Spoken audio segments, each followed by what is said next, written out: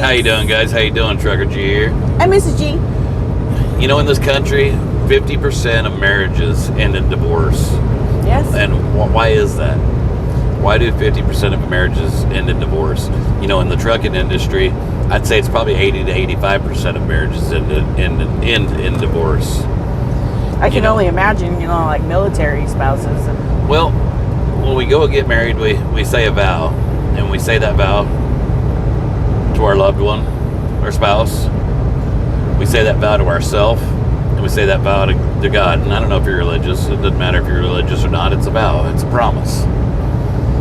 And I would say 95% or even higher that gives that vow, in good times and in bad times, for sickness or in sickness and in health, till death do us part. Not until I get sick of you. Till death do us part. When we say I do, we meant it at that time. So what changes?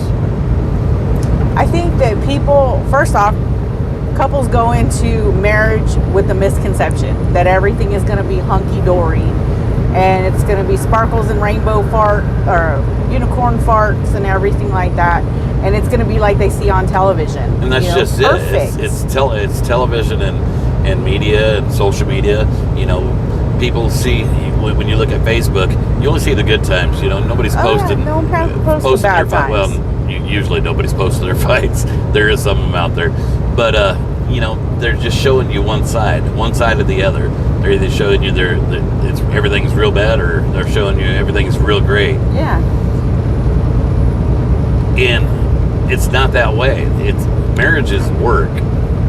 Marriage is a lot of work. Capital W. Because if you have the misconception of going into marriage and thinking that everything is going to be perfect, you're doomed from the start. Well, they've sold us throughout the younger generations. They've sold us throughout the decades. Well, you're going to meet your soulmate. I don't believe in soulmates. I don't believe there's that perfect person out there, because there is nobody that's perfect. Are you going to find somebody perfect for you? No, you're not. I don't believe you're going to find somebody perfect for you. There's nobody perfect. I'm pretty close to perfect. You're perfect, honey. Don't let nobody else tell you any different, okay? It's my crown. You let me wear it. And that's just the thing. Same thing with, when you do start having problems, then what do? You take the easy way out. The easiest way out is divorce. And that's what we run into in this country. You've got two choices. You could take the easiest way out, which is divorce, and that's just a mess in itself. And it's not an easy way out. And that's just a mess in itself.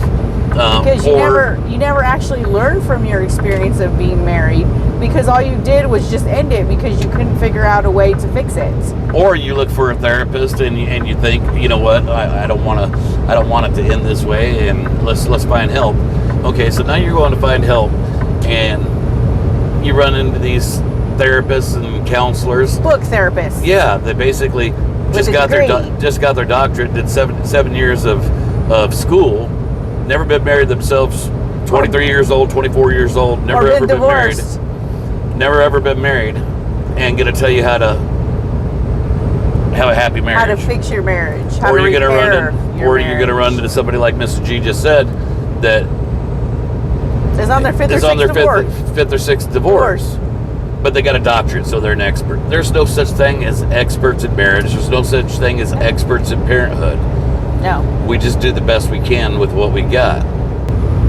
Me and Mrs. G, we've had our trials and tribulations throughout the years after 30 some odd years of being together. And we were at the point where we were just going to call it quits.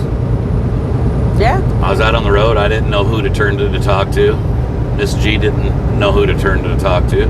We couldn't afford one of them high-dollar marriage counselors. No, they charge you an arm and a leg per hour. And besides that, I'd rather speak to someone that actually, has lived it.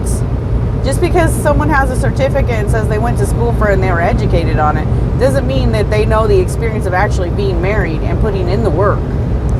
I guess to make a long story short, and we've kind of made a long story, me and Miss G was thinking about doing marriage coaching, offering marriage coaching to those that need it. We've done it before. We've done it in the past. And saved quite a few marriages. We've been able to help people repair things. yeah, I shouldn't say we saved them because they saved them. Yeah, They were just able to communicate better. They put in the work. But we kind of want to know what your thoughts on it was. Yeah, give us some feedback. We run all our ideas by you guys, and yeah, just some feedback is what we'd like and we'd appreciate. Thank you. Bye, Love you guys. Love you.